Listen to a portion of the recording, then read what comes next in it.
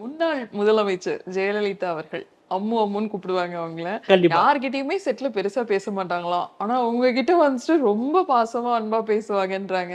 ஆமா. எப்படி அது சாத்தியமாச்சு? ஏன்னா எல்லாமே அந்த அம்மா தனியா ஒரு இடத்துல உட்காந்து ஃபேன் போட்டு அவங்க தனியா எல்லாம் பண்ணுவாங்க. யாரும் பக்கத்துல போக மாட்டாங்க. ம், நான் மட்டும் வணக்கங்க சொல்லிட்டு வருவேன், ம், பேசுவேன். எப்படி இருக்கீங்க? சுகமா ம், இருக்கீங்களா? ம், ஆ, இப்போ என்ன படம் பண்றீங்க? அதெல்லாம் விசாரிப்பாங்க. இது நிறைய இந்த மாதிரி நிறைய உண்டு. ம், ம், ம், அந்த மாதிரி நிறைய அந்த அம்மாவோட நல்ல பழக்கங்கள் வழக்கங்கள் உண்டு. நான் அந்த லிமிட்டாக தான் வச்சுக்குவேன் நான். ம், அவங்களுக்கு தெரியும். ம். மற்றவங்கள மாதிரி இவங்க பழக்கம் கழிச்சு அப்படி காலை தூக்குறது அது பண்ணுறது அந்த இதுவே கிடையாது. எந்த ஆர்டிஸ்டாக இருந்தாலும் நம்ம ஒரு மெயின்டைன் பண்ணுறப்ப அது அவங்க ரொம்ப பிடிக்கும். நம்ம எப்படி பழகுறோம் ஆமாம். அதை பொறுத்து. அவங்களே அவங்ககிட்ட சொல்லுவாங்க, பிரபா நைஸ் பையன், நல்ல டீசெண்டான பையன் அப்படின்லாம் சொல்லுவாங்க. ஏன்னா நம்ம ஜாலியாக ஏதாவது பேசுவோம், சிரிப்போம். ம், என்னை சிரிக்க வச்சு தான் எல்லாம் பார்த்துருக்காங்க, அள வச்சு யாரும் பார்த்ததில்ல. ம், ம், நானும் எல்லாரையும் சிரிக்க வச்சுருக்கேன். ம். ஏதாவது பேசுவோம், ஏதாவது பண்ணுவான், சிரிப்பேன். அந்த மாதிரி சிரிக்கும் அவங்களுக்கு ரொம்ப பிடிக்கும். ஓகே. அவங்க மனக்கவலை இருந்தால் மனக்கவலை போயிடும். இதுக்காகவே என்னை கூப்பிட்டு பேசிட்டு இருப்பாங்க. ஏதாவது அவங்க வேற யாரும் எதுவும் கேட்க மாட்டாங்களா? இன்னும் பேசுனாங்க எல்லாம் கேட்க மாட்டாங்களா? அதெல்லாம் பேசியிருக்கப்போ அவங்களுக்கு பிடிக்குது. ஓகே. அதே மாதிரி அவங்க பேசுறது அர்த்தம் உங்களுக்கு சொல்ல மாட்டேன். ம், ம், ம். ஏதோ சொன்னாங்க சிரிச்சிட்டு இருக்கோம், அது என்னன்னு நீங்களா அப்படின்ட்டுருவேன். ஓகே. இதை கேட்குறதுக்கு ஒரு கூட்டம் இருக்கு. ஆ, ஆ. அதனால் அப்படி பேசுன உடனே உங்களுக்கு சப்புன்னு ஆயிடும். ஏன்னா நம்மளை பற்றி போகக்கூடாது நியூஸு. நம்ம ஏதாவது ஒன்று சொல்லணும் வைங்களேன், ஆமாண்ணே அந்த கதையை சொன்னாங்க, இந்த கதையை ஒரு கதையை போட்டு சொல்லிட்டு வைங்களேன், ம். அது வந்து அப்படியே பெருசாக சுற்றி சுற்றி சுற்றி சுற்றி இவ்வளோ பெருசாக கூட அங்கே போட்டுருவாங்க. அடுத்து அவங்க எங்கே நம்மளை பார்த்துல பயப்படுற மாதிரி இருக்கும். ஃபீல்டு அந்த மாதிரி. ம். நம்ம ஜாலியாக பேசி வந்துடுவோம், அவ்வளோதான். அதனால் ரொம்ப பேர் பிடிக்கும். இரு கோடுகள் படம்லாம் வந்தப்ப ஜெமினி சாரோட ஆக்ட் பண்ணியிருக்கீங்கல்ல ஆமா. சார்? அந்த பட அனுபவம்லாம் எப்படி? ஜெமினி கணேசன் சாரோட எப்படி அந்த அனுபவம்? நம்ம ஜெய் சார் மாதிரி அவர் ஒரு ஃப்ரெண்டு எனக்கு. ஓகே. எப்படின்னா நல்ல புத்திமதியில் சொல்லுவேன், நல்லா பண்ணுவார், எல்லாம் பண்ணுவார். ம், அவரோட நைட்டு நான் ரூம்மேட்டாக இருப்பேன். ம், ஜெய் சாரோட எப்படி இருந்தால் அதே மாதிரி தான். ம். காலையில் வந்து யோகாலாம் பண்ணுவார், நான் உட்காந்து வேலைக்கு பார்த்துட்டு இருப்பேன். டேய் இதெல்லாம் பண்ணலாம் உனக்கு நல்லது. ஆ, காலையில் எழுந்திரிச்சிடுவார். எந்திரிச்சு யோகாலாம் பண்ண கால் நீட்டு அப்படி பண்ண இப்படி பண்ணுறேன் அப்படி பண்ணுறேன் பாரு, நீங்கள் பண்ணுங்க நான் பார்க்குறேன், அதுவே நான் பண்ணுற மாதிரி தான் இருப்பேன். அதை மாதிரி அதாவது சிலர் என்ன நினைப்பாங்கன்னா என்னை பற்றி. கண்டினியூஸா அவரோட கொஞ்சம் நிறைய படங்கள் பண்ணீங்கல்ல ஜெமினி ஆமாம், கணேசன் இருக்கோடுகள், சாரோட? ம், சாந்தி நிலையம், ம், அப்புறம் வந்து கண்ணா நலமா, ம், ம், இந்த மாதிரி நிறைய படங்கள் உண்டு. தாமரை நெஞ்சம், ம், ம், இதெல்லாம் நிறைய அந்தளவு கொஞ்சம் ஃப்ரெண்ட்லி. சித்தியில் அந்தளவு கொஞ்சம் அளவு இருக்கும். அதனால் அவர் என்ன பண்ணுவாங்கன்னா சிலர்லாம் எப்படின்னா, இல்லைடா ராத்திரி ஏதோ புலம்புவான்னுபாங்க. ஒன்றும் இல்லைங்க, படுத்தார் தூங்கிட்டார் அவ்வளோதான். நானும் தூங்கிட்டேன். ம், ம். இப்போ அவங்களுக்கு ஏதாவது பேசுகிறதுக்கு ஆள் கிடைக்க மாட்டாங்க. இப்போ எங்களை மாதிரி எனக்கு கிடைச்சாங்கன்னா பேசிகிட்டே இருப்பாங்க. நான் தாளாட்டு போகிறப்ப தூங்கிடுவேன். மார்னிங் கேட்பாங்க, நான் எதாவது சொன்னேன், நான் நீங்கள் ஒன்றும் சொல்லலை, நான் தூங்கிட்டேன். அதே மாதிரி கேட்குறப்ப நான் அப்படி தான் பேசுவேன். நான் ஏதோ சொன்னது எதாவது சிலர் என்ன பண்ணுவாங்கன்னா, ஐயோ ராஜி தூங்கலப்பா, அது பண்ணிட்டான் இது பண்ணிட்டான், அந்த மாதிரி சொல்லுவாங்க. இப்போ நான் அப்படி பேசுகிறவனே இல்லை, அவங்க தான் சொல்லுவேன் ஏதோ பேசுகிறான், இவன் தான் இப்படி பேசுகிறான், அந்த இதுக்காக ஏன்னா அதெல்லாம் வெளியே எதுவும் ஓப்பனாக எதுவும் சொல்ல மாட்டேன். ம். அப்படியே அவங்க எதாவது சொல்லியிருந்தா கூட எதாவது பண்ணியிருந்தா கூட நான் அதெல்லாம் ஒன்றும் சொல்ல மாட்டேன். அதனால தான் ரொம்ப எல்லாரும் பிடிக்கும். சீக்ரெசி மெயின்டைன் பண்ணுவீங்க. ஆமாம், அப்போ தான் எனக்கு மரியாதை. அப்புறம் என்னை பார்த்து அவங்க பயப்படக்கூடாதுல்ல. நடிகவேல் எம்.ஆர். ராதா அவர்களே வந்துட்டு உங்களுடைய நடிப்பை பார்த்து மிரண்டு போயிருக்காராமே, பயங்கரமான பாராட்டு எல்லாம் கொடுத்துருக்காங்களாமே. அப்படிலாம் இல்லைம்மா, இந்த சித்தி படத்தை ரைட் பண்ணோம். ம், ம், சித்தி படத்தில் அவர் எல்லாரையும் பார்த்தா எல்லாம் பயப்படுவாங்க. ம். ராதா என்கிட்ட போகணாயா வேணாயா அப்படிம்பா. நான் மட்டும் தைரியம் போய் பேசுவேன் வருவேன். ம். இல்லைடா வாய்ஸ் மாடல் பேசும்போது அப்படி பேசுவாரா வெறுமனே பேசுவார். ஓகே. சமயத்தில் சாதாரணமாக பேசுவார். ம், ம், அந்த மாடுலேஷன் நல்லா பேசுவார். நான் ஒரு மாதிரி பேசி பண்ணுவேன், சிரிப்பார். என்ன நான் உன்கிட்ட மட்டும் சிரிக்கிறேன், எவன்கிட்ட சிரிக்க மாட்டேங்கிறேன். மற்றவங்க பேசுறது ம், ம், ம். அவங்களுக்கு என்ன தெரியும், அவங்க அந்த பயத்திலே இருக்கிறனால அவர்கிட்ட டச்சஸ் அவ்வளோ இருந்திருக்காது நினைக்கிறேன். ஓகே. நான் ஜாலியாக பேசி எல்லாத்தையும் பேசிட்டு வருவேன். ஷூட்டிங் மாதிரி தான். அவர் கூட இது கலவையாக பேசிட்டு இருப்பதை தவிர மற்றபடி ஒன்றும் கிடையாது. நல்ல நல்ல ஒரு நடிகர். பின்னால் அவருடைய பையன் ராதாரவி அவருடைய க்ளோஸ் ஃப்ரெண்டு தான். நாங்களாம் நாடகம்லாம் பண்ணியிருக்கோம், நிறைய நாடகம் டூர்லாம் போயிருக்கோம். இப்போ அந்த நடிகர் சர்க்கிள் இதில் டச் இருக்கா சார்? இப்போ உங்களுக்கு அந்த டச் இருக்கா? நிறைய பேரோட அப்போ நடிச்சிருப்பீங்க, அடுத்தது அவங்களுடைய வாரிசுகள்லாம் வந்திருப்பாங்க, ஓரளவுக்கு அவங்களே உங்களுக்கு அறிமுகம் இருக்கும். இப்போ அந்த டச் எல்லாம் இருக்கா அவங்களோட? பொதுக்குழுவில் போகும்போது அதோட பேசுவேன்.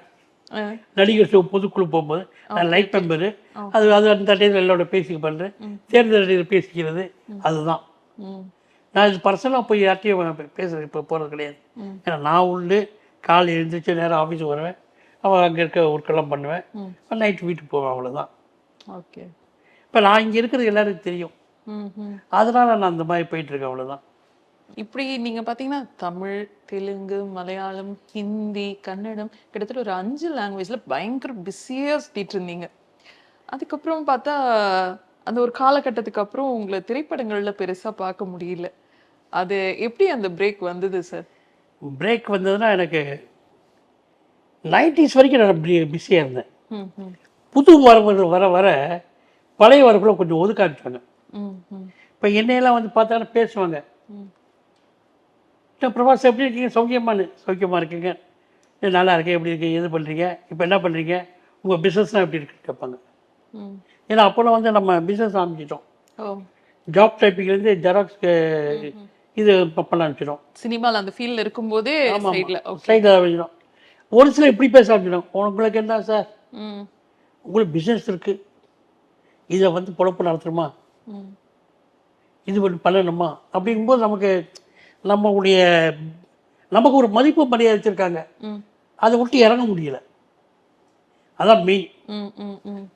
உங்களே நான் ஒரு 5 தடவை வந்து பார்த்தேன்னு வைங்களேன், மேலே வாங்கலாம் போய்ங்க, வாங்க அப்புறமா நான் சௌக்கியம் எப்படி இருக்கீங்க அப்படி அப்புறம் ஒரு கடைசி என்னன்னா நீங்கள் சும்மா வரீங்க, நான் உங்களுக்கு ஞாபகம் வச்சுருக்கேன், நான் சொல்கிறேன் அப்படி அந்த மாதிரி வரும்போது நமக்கு ஒரு மாதிரி ஆகிடும். என்னோட பாலிசியில் அப்படி தான். ஓகே. நீங்கள் பிஸ்னஸ் இதுன்னு சொன்னீங்கல்ல சார், பிஸ்னஸ் ஸ்டார்ட் பண்ணிட்டேன், அதுக்கப்புறம் நிறைய பேர் வந்துட்டு பிஸ்னஸ்லாம் நல்லா போதெல்லாம் கேட்பாங்கன்னு சொல்லிட்டு, ஆனால் கலர் ஜெராக்ஸ்ன்ற ட்ரெண்டே கொண்டு வந்து நீங்கள் தான் சொல்கிறாங்க, அது எப்படி? ஆமாம்மா, அது வந்து முதல்ல வந்து கலர் ஜெராக்ஸ் பிஸ்கெட்னு காஸ்ட் ஜாஸ்தி, எல்லாருமே பயந்துட்டு இருந்தாங்க. அந்த நேரம் வந்து எங்கள் அப்பா எல்லாம் வந்து ஒரு துணிச்சலை வாங்கி போட்டோம், நாங்கள் போட்டு கலர் ஜெராக்ஸ் எல்லாம் பண்ணினோம். அதே மாதிரி டிசைன் பண்ணுறது அதெல்லாம் ஒர்க்கெலாம் நிறைய பண்ணுவோம். இப்போ எங்கள் ஆஃபீஸை பார்த்தீங்கன்னா ஜெராக்ஸ் கம்பெனி மாதிரி பெரிய லெவலில் இருக்கும். ஒரு பக்கம் டிசைனு, ஒரு பக்கம் ஜாப் டைப்பிங்கு, அதெல்லாம் நிறையா இருக்கும். அதெல்லாம் பெரிய பெரிய பிளான் எடுக்கிறது. முன்னாடி அந்த காலத்தில் கூட பிளானில் வந்து ஒட்டி இருப்பாங்க. இப்போ அப்படி நாங்கள் வந்து பிளான் பிரிண்டர் போட்ட பிறகு ஃபுல் லெவலில் எடுப்போம். கலர்லேயும் சரி, பிளாக் அண்ட் ஒயிட்லையும் சரி, அந்த மாதிரி பண்ணிட்டோம். எல்லாத்தையுமே புரட்சி பண்ணியிருக்கீங்க. பெரிய பெரிய ஜாம்பவான்களோடலாம் நடிச்சிட்டீங்க. அப்போ குழந்தை நட்சத்திரமாக வந்தவங்களும் அதுக்கப்புறம் ஹீரோவாக ப்ரமோட் ஆனாங்க, இதெல்லாம் பண்ணாங்க. நீங்கள் அந்த அளவு பிரபலமாக இருந்தும் ஹீரோ ஆகலையேன்னு நீங்கள் வருத்தப்பட்டிருக்கீங்களா, அந்த வாய்ப்பு இல்லாமல் போச்சுன்னு? எனக்கு என்னென்னா, நான் ஒரு கேரக்டரை பண்ணணும், ஹீரோ ஆக்ட் பண்ண கூட நான் விரும்பலை. ஒரு பிரதர் கேரக்டரு, ஒரு இந்த மாதிரி அது ஒரு நல்ல ஒரு அந்த மாதிரி ஒரு நல்ல ஒரு கேரக்டராக பண்ண தான் நினச்சது தவிர ஹீரோவை பண்ணுறதா நான் அவ்வளோவா எனக்கு ஆசை இல்லை. காரணம்னா ஹீரோவை பண்ணுறது பெருசாக அது தந்த இது இருக்கணும், உயிரங்கள் அதெல்லாம் வேணும், அதெல்லாம் நிறைய இருக்குது டெக்னிக்கல்லாம். பட் அந்த டெக்னிக்கல் எனக்கு தெரிஞ்சால் கூட நான் லைக் பண்ணல, கேரக்டர் ஆர்டிஸ்டாக இருக்கலான்னு தான் பார்த்தேன் நான். பட் என்னன்னா நிறைய பேர் வர்றதுனால ரொம்ப அனுபவசாலியை ஒதுக்கி வச்சுட்டாங்க, அவ்வளோதான். இதுதான் உண்மை. ஓகே. உங்களுடைய கடைசி படம் என்னையா? ஈரம்னு பண்ணேன். ஈரம்னு ஒரு படம் பண்ணேன். அதுவே நம்ம டைரக்டர் நான் யார் எவருன்னு தெரியாது, அங்கே இருக்கிறவங்க தெரியாது. கடைசியில் ஆக்ட் பண்ண பிறகு இந்த மாதிரி இந்த படம் பண்ணாங்க. எங்கள் ஆஃபீஸ் வருவாங்க, ஜெராக்ஸ் பண்ணுறதுலாம் வருவாங்க. அப்போ நான் எல்லாரும் இன்ட்ரெஸ்ட்டை பேசி சிரிச்சுட்டு அவங்க சரி இந்த படத்தை பண்ணுவீங்களாங்க, நடிக்கலாம், நடிப்பீங்களா, நாங்கள் நடிக்கலாமேன்னு. அது வரைக்கும் அவங்களுக்கு யாரும் தெரியாது. ஷூட்டிங்லாம் எல்லாம் முடிஞ்ச பிறகு தான் சொன்னேன், சிவாஜி சாரோட திருவரிசையில் ஒரு படம் நடிச்சிருக்காங்க, அப்படி ஒருத்தர் சொல்லி எனக்கு தெரியும், அவர்கிட்ட சொன்னவொன்னே அப்படி என்னை கேட்டு அப்படிங்களா, அதுக்கப்புறம் நோண்டி பார்த்தாங்க. என்னங்க இது சொல்லக்கூடாதா, நாங்கள் என்னங்க இருக்குதுல்ல. அதுக்கப்புறம் நம்ம ஒரு இது பண்ணுறாங்க இல்லையா, பெரிய ஆர்டிஸ்ட் ஆச்சா அந்த. இப்போ நம்ம சோசியலில் போயிட்டு வர்றது வேறு. நம்ம இவ்வளோ அதாவது சொல்லப்போ அவங்களுக்கு கொஞ்சம் நம்ம சொன்ன செய்வாங்களா, செய்ய மாட்டாங்க. நமக்கு அப்படிலாம் கிடையாது. நீங்கள் கேப்டன் என்ன சொன்னால் நான் செய்யணும். அவனை அடித்தானே அடிக்கணும், உதவணும். படத்தில் ஓகே, நேர்கள் படத்தில் சொல்கிறேன், அந்த மாதிரி தான். அதுக்கப்புறம் நீங்களும் சினிமாவில் பெருசா வாய்ப்பு தேடல, அப்படியே அப்படியே ஃபீல்டில் இருந்துட்டேன். கொஞ்சம் டிவியிலலாம் ஆக்ட் பண்ணேன், தூர்தர்ஷன் நிறைய நாடகம்லாம் பண்ணேன். சீரியலில் வந்து எனக்கு நடிகை விருப்பம்தான், இல்லைன்னு கிடையாது. அது எப்படி ஏதுன்னு ஒன்றும் புரியல. ஓ, இது வரைக்கும் உங்களுக்கு சீரியல் வாய்ப்பு வரல, யாரும் இது பண்ணல? ஒரு வாய்ப்பு வந்தது. சார் நீங்கள் திருநெல்வேலியில் ஷூட்டிங் இருக்குது, நீங்கள் அங்கே வரணும்னாங்க. சரிங்க சார், எத்தனை மணின்னு கேட்டேன். 2 மணிக்கு அங்கே ஸ்பாட்டில் இருக்குன்னாங்க. ஓகே சார் அப்படி சொல்லி நான் 2 மணினா நான் இங்கே டி நகர்லேருந்து போகணும். வீட்டுக்கு போய் சாப்பிட்டு 12 மணி சாப்பிட்டு நேராக போய், எங்களுக்கெல்லாம் எப்படின்னா 2 மணிக்கு 1:30 மணிக்கெலாம் அங்கே இருப்போம். அப்போ நமக்கு ஃப்ரீயாக இருக்கும்னு போய் அங்கே போய் தான் ஆளை காணோம். 5 மணிக்கு ஃபோன் வருது, சார் இந்த மாதிரி இன்றைக்கி உங்களுக்கு இல்லை, அதனால் நாளைக்கு நீங்கள் வந்தால் போதும். அது கூட ஒருத்தர் வந்து கன்வீன்ஸ் கொடுத்தாரு, நான் வாங்கிட்டு வந்துட்டேன் வீட்டு. மறுநாள் அதே மாதிரி 2 மணிக்குங்கிறது வந்தேன். இதில் என்னன்னா ஷூட்டிங் ஒரு வீட்டில் நடக்குது. அந்த வீட்டுக்காரர் உள்ளே சேர்க்க மாட்டேங்கிறாரு. காம்பவுண்டு கேட்டுக்கிட்டே வச்சு வந்த பிறகுள்ளே வாங்க அப்படிங்கிறாரு. அதுக்கப்புறம் ஒரு நாள் ஃபுல்லாக அந்த காம்பவுண்டு கேட்டு தான் நமக்கு வாட்ச்மேன் மாதிரி இருந்தோம். 2ஆம் நாள் போன பிறகு அவரே வந்து பேசி என்னமோ இது இந்த மாதிரி சார் ஷூட்டிங்காக வந்துடல. ஆமாம் சொன்னாங்க, அட்வான்ஸ் கொடுத்துருக்கானுங்க, வரல அப்படின்னாரு. சரி சரி சரி சரிங்க, சேர் போட்டு உட்காருங்கன்னாரு. அது வாசலில் தான். சரி சேருக்கு போட்டு உட்காந்து வந்து பரவாயில்ல, நேற்று கூட இன்றைக்கி கும்பிட்டு முடியாது. மறுநாள் என்ன சொன்னாங்க, ஒரு 4 மணி போல் ஃபோன் பண்ணிவிட்டு, சார் அங்கே நாங்கள் ஹெல்டப் போயிட்டோம், நீங்கள் நாளைக்கு ஒரு 3 மணிக்கு வந்தால் போதும். நான் சரி அப்போவும் நான் போனேன். 3ஆவது நாள் பார்த்தா எனக்கு வேலைக்கு ஆகலை. 3 நாள் போய் நான் ஏன் பண்ணுறேன் அடைஞ்ச தவிர, பட் போயிட்டு வர கன்வென்ஸ் எல்லாம் காசுலாம் கொடுத்தாங்க தவிர மற்றபடி அவங்களும் தப்பாக சொல்ல. 4ஆவது நாள் கூடும்போது, சார் நீங்கள் கரெக்ட் பண்ணி கூப்பிடுங்க, நான் வர்றேன், 3 நாள் வந்துட்டேன், எனக்கு ஒரு இதுவாக இருக்குது, கரெக்டாக சொல்லுங்கள் சார்னு. இல்லை சார் அப்படி சார் இப்படி சொன்னாங்க. அவ்வளோதான். இவ்வளோ நடிச்சிருக்கீங்க. விருதுகள்னு பார்த்தோன்னா வந்துட்டு உங்களுக்கு கலைமாமணி விருது கூட இது வரைக்கும் கிடைக்கல அப்படின்றது வந்துட்டு எல்லாருக்குமே கேட்க ரொம்பவே ஷாக்காக இருக்குது. எப்படி சார் மற்ற விருதுகள், மற்ற அவார்ட்ஸ்லாம் என்ன வாங்கியிருக்கீங்க? ஃபிலிம்ஃபேர் அவார்ட்ஸ்லாம் வாங்கியிருக்கேன். தமிழ்நாட்டில், கேரளாவிலலாம் வாங்கியிருக்கேன். ஐ மீன் ஆந்திராவில் வாங்கியிருக்கேன். வாராஜா படம் தெலுங்கில் பாலராஜ் கதனை, அப்புறம் 2-3 படத்துக்காக வாங்கினேன். நம்ம ஊரில் வந்து ஒரு 3 படத்துக்கு ரொம்ப வாங்கினேன்.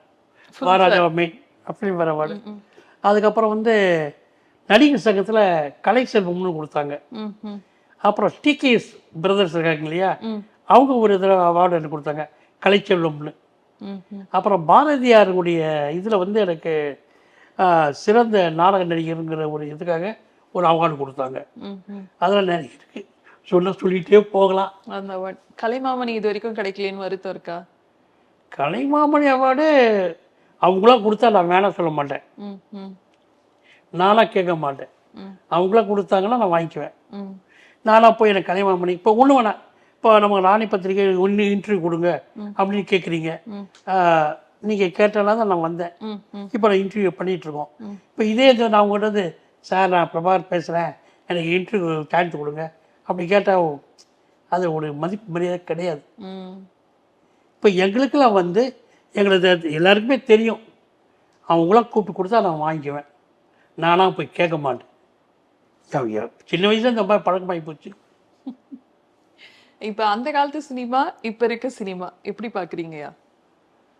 எப்படி மாற்றம், எந்த வகையில் மாற்றம் வந்திருக்குன்னு நினைக்கிறீங்க? மாற்றங்கள் நிறைய இருக்குது. நான் டெக்னிக்கலில் மாற்றங்கள் நிறையா இருக்குது.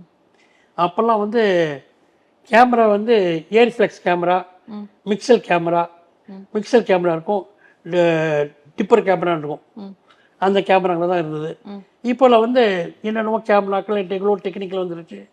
இப்போ நம்ம ஏதாவது தப்பு பண்ணால் கூட ஓகே மறுபடியும் அதுலேருந்து கண்டினியூ பண்ணுங்க அப்படி. இப்போ நம்ம இது இன்டர்வியூ பண்ணுற மாதிரி அவனை அதுலேருந்து கண்டினியூ பண்ணுங்க எடிட் பண்ணுற சிஸ்டமாக வந்துருச்சு. அப்போல்லாம் அப்படி கிடையாது. மறுபடியும் கடைசிலேருந்து வரணும். ஒரு லாங் ஷாட் வச்சாங்கன்னா டைலாக் யாரும் சொதப்பக்கூடாது, அது பண்ணக்கூடாது, அப்படிலாம் அந்த மாதிரி இருந்தது. நாடகம் ஸ்டைலில் தான் இருக்கும். இப்போ நம்ம நாடகம் பைகாட் பண்ணுறோம் இல்லையா, 3 hours நாடகத்துக்கு ரிஹர்சல் பண்ணி எல்லாம் பண்ணியிருப்போம். கொஞ்சம் பிரச்சனை கூட அடுத்த ஆர்டிஸ்ட் அட்ஜஸ்ட் பண்ணுவாங்க. சினிமாவில் அப்படி முடியாது. அதெல்லாம் கொஞ்சம் இதுதான், வேறு ஒன்றும் கிடையாது. இப்போ அப்படி கிடையாது. இப்போ ஜென்ரலாகவே இருக்குது. அப்போல்லாம் வந்து ஆர்டிஸ்ட்டுக்கிட்ட கதையை சொல்லுவாங்க. இந்த கதையில் உங்கள் கேரக்டர் இப்படி வருது, இப்படி பண்ண வேண்டியிருக்கு, இது முன்னாடி அப்படி பண்ணியிருப்பீங்க. இப்போ நீங்கள் ஒரு சீன் எடுக்கிறாங்களா, அந்த சீனுக்கு வர்றது முன்னாடி முதல் சீனில் எப்படி பண்ணியிருக்கீங்க, இதுக்கப்புறம் நீங்கள் என்ன பண்ண போகிறீங்க, அதெல்லாம் சொல்லுவாங்க. நாங்கள் உடனே ஓஹோ இப்படி பண்ணணுமோ, அப்படி பண்ணுமோ, ஓ இப்படிலாம் பண்ணியிருக்கோமோ, அந்த ஒரு ஐடியா வரும். இப்போ எல்லாம் வந்து அப்படி சொல்கிறது கிடையாது. வாங்க உட்காருங்க, இப்போ டைலாக் சொல்லியாப்பா, கொடுத்தியா, பேசுங்க அப்படிங்கிறாங்க. என்ன சார் என்ன நடந்தது எது, நீங்கள் பேசுங்க அப்படிங்கிறாங்க. எப்படி பேசுறதுன்னு தெரியாது. நம்ம ஒரு குழப்பமாகவே பேசியிருப்போம். அதான் இப்போ எந்த சீரியல்லையும் பாருங்கள், எல்லா ஆர்டிஸ்ட்டை பாருங்கள் பேயறிஞ்ச மாதிரியே இருப்பாங்க. இப்போ 10வது நைட் ஷூட்டிங் தான் இருக்கிறதா சொல்கிறாங்க. யார்கிட்டையும் ஒரு இது இல்லை, ரியாக்ஷன் இல்லை, அது இல்லை. சில ஆப்பனிங் நடிக்க பரவாயில்ல தாடி வச்சிடுறாங்க, அதனால் ரியாக்ஷனுக்கு தெரிய மாட்டேங்குது. லேடி ஆர்டிஸ்ட்டை லிப்ஸ்டிக் இப்படி போட்டு புருவெல்லாம் பெருசாக போடுறாங்க, அதுவும் பார்க்க பயமாக இருக்குது. அவங்கள்ட்ட ரியாக்ஷன் கிடையாது. நைட் ஷூட்டிங் ரொம்ப நம்ம மல்லியில் ஓடாது. எவ்வளோ பெரிய நடிகராக இருந்தாலும் சரி, தினோச்சும் ஆக்ட் பண்ணிட்டு இருந்தாலும் சரி, அந்த கிரியேட்டிவ் மைண்ட் இருக்காது. இதை டெய்லர்னா இப்போ 4 பேர் உட்காந்து பேசிகிட்டு இருப்போம், வருவோம், இதில் பண்ணலாம் அப்படி பண்ணலாம், அதெல்லாம் இருக்கும். நைட்டில் அப்படி கிடையாது. ஓகே சார், ரெடி சார், கூடவே இருந்தால் கூட பேச முடியாது. அந்த காலத்துல நீங்க நடிச்ச நடிகர்லயே உங்களுக்கு ரொம்ப பிடிச்சவங்க யார் சார்? எல்லாருமே எனக்கு பிடிக்கும். யார் இவர் பிடிக்கும் அவர் பிடிக்கும் சொல்ல முடியாது, ஆர்டிஸ்ட்டுக்கு இவருக்கு பிடிக்கும் அவங்க பிடிக்கும் சொல்ல முடியாது, எல்லாரையும் பிடிக்கும். இப்ப இருக்க ட்ரெண்ட்ல படம் பாப்பீங்கல்ல, இப்பயும் பாப்பீங்கல்ல? இப்போ நான் தியேட்டரில் போய் பார்க்குறது கிடையாது. ஓகே. ஏன்னா டிக்கெட் சார்ஜ் ஒன்றா இருக்குது, வண்டி போன பார்க்கிங் சார்ஜ் கூட இருக்குது. போய் வண்டி விட்டுட்டு போயிட்டு உள்ளே போகிறதுக்குள்ளே பணம் முடிச்சிட்ருக்காங்க. அதனால் சரி இதுதான் தெரியுமே, முதல் முறையாகன்னு போட்டுறாங்க டிவியில், வீட்டில் உட்காந்து பார்க்குறது. யார் ரொம்ப பிடிக்கும் இப்போ இருக்க ஆக்டரில்? டோட்டலாக எல்லாரையும் பிடிக்கும். யார் இவங்களுக்கு பிடிக்கும் அவங்களுக்கு பிடிக்கும் கிடையாது. அந்தந்த படம் பார்க்கும்போது அந்தந்த கேரக்டர் வந்து பிடிக்கும்.